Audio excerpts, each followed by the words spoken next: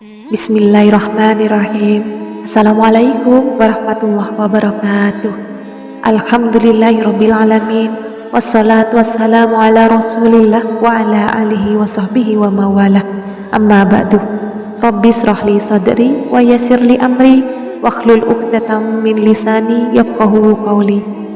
Sahabat Lumintu Doa yang dirahmati Allah dimanapun Anda berada, terima kasih saya haturkan kepada seluruh sahabat Lumintu Doa dimanapun Anda berada.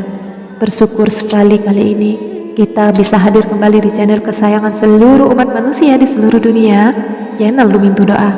Semoga Allah senantiasa menguatkan iman dan kesabaran kita semua, melancarkan rezeki, memberikan kesehatan yang baik, senantiasa diberikan perlindungan serta keselamatan. Dan Allah juga selalu meridhoi setiap langkah-langkah kebaikan kita semua. Amin amin ya rabbal alamin. Sahabat Lumintu Doa beriman yang dirahmati Allah, sudah seharusnya semua wanita muslim taat atas semua perintah Allah dan menjauhi semua larangannya.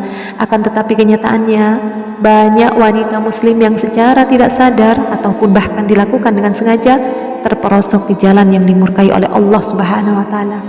Perlu diketahui yang masuk ke dalam neraka tidak hanya terjadi pada wanita yang melakukan dosa besar, akan tetapi dosa kecil pun bila sering dilakukan dan sering dianggap remeh merupakan hal yang sangat dibenci juga oleh Allah Subhanahu wa taala.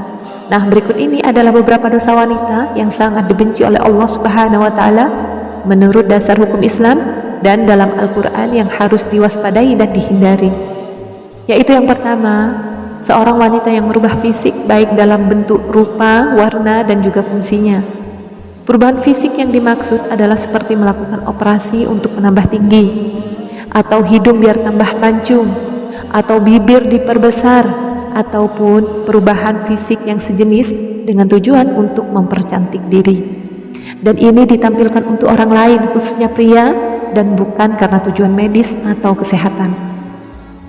Apabila perubahan fisik dilakukan karena untuk mengobati penyakit, maka masih diperbolehkan dengan dalil untuk menyembuhkan. Kemudian yang kedua, yaitu melakukan pernikahan sejenis atau lesbian. Apabila seorang wanita melakukan pernikahan sejenis atau menyukai sesama wanita lainnya dan bukan pria, maka masuk ke dalam golongan zina yang serupa seperti berzina dengan laki-laki. Yang ketiga, yaitu wanita ja'zariyah atau wanita yang kasar dan sombong, juga merupakan dosa wanita yang dibenci oleh Allah.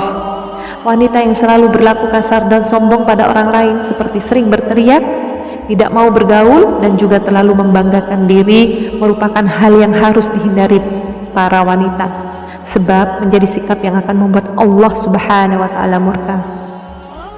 Rasulullah SAW bersabda, "Tiadakah kamu aku beritahu tentang sifat penghuni neraka?"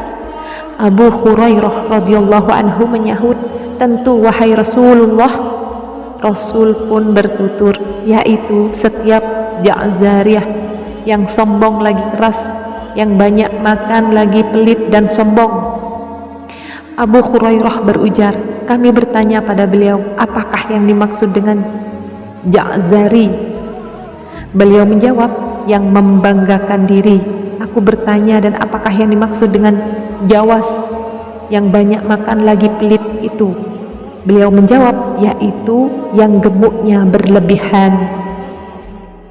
Abu Hurairah berkata, jika Rasulullah SAW telah bersabda, sesungguhnya Allah membenci setiap orang ja'zari, sifat sombong dalam Islam lagi kasar, jawas yang banyak makan dan pelit, saqab yang suka berteriak-teriak di pasar, yang tidur seperti bangkai, dan yang seperti keledai pada siang hari. Hadis riwayat Ibnu Hibban. Yang keempat, mengabaikan suami sebagai kepala rumah tangga di dalam Islam. Suami merupakan pemimpin dalam sebuah rumah tangga sesuai dengan peraturan dan ajaran Islam serta sabda Rasulullah SAW yang memberikan gambaran jika saat suami memberikan perintah untuk sebuah pekerjaan yang tidak melanggar aturan Allah, maka istri tidak memiliki pilihan kecuali melaksanakan perintah yang diberikan suaminya tersebut. Yang kelima, yaitu seorang perempuan yang berpakaian namun telanjang, yaitu merupakan ungkapan untuk perempuan yang sangat senang berpakaian ketat dan juga tipis sehingga memperlihatkan setiap lekukan tubuh. Apalagi jika pakaian yang ketat dan tipis tersebut memperlihatkan beberapa bagian tubuh wanita. Akan tetapi keharaman tidak berlaku jika dikenakan di depan suami yang sah. Kemudian yang berikutnya adalah syirik. Syirik merupakan perbuatan menyamakan atau menyekutukan Allah Subhanahu wa taala dengan selain Allah, baik dilakukan secara langsung ataupun tidak langsung, secara nyata ataupun secara terselubung.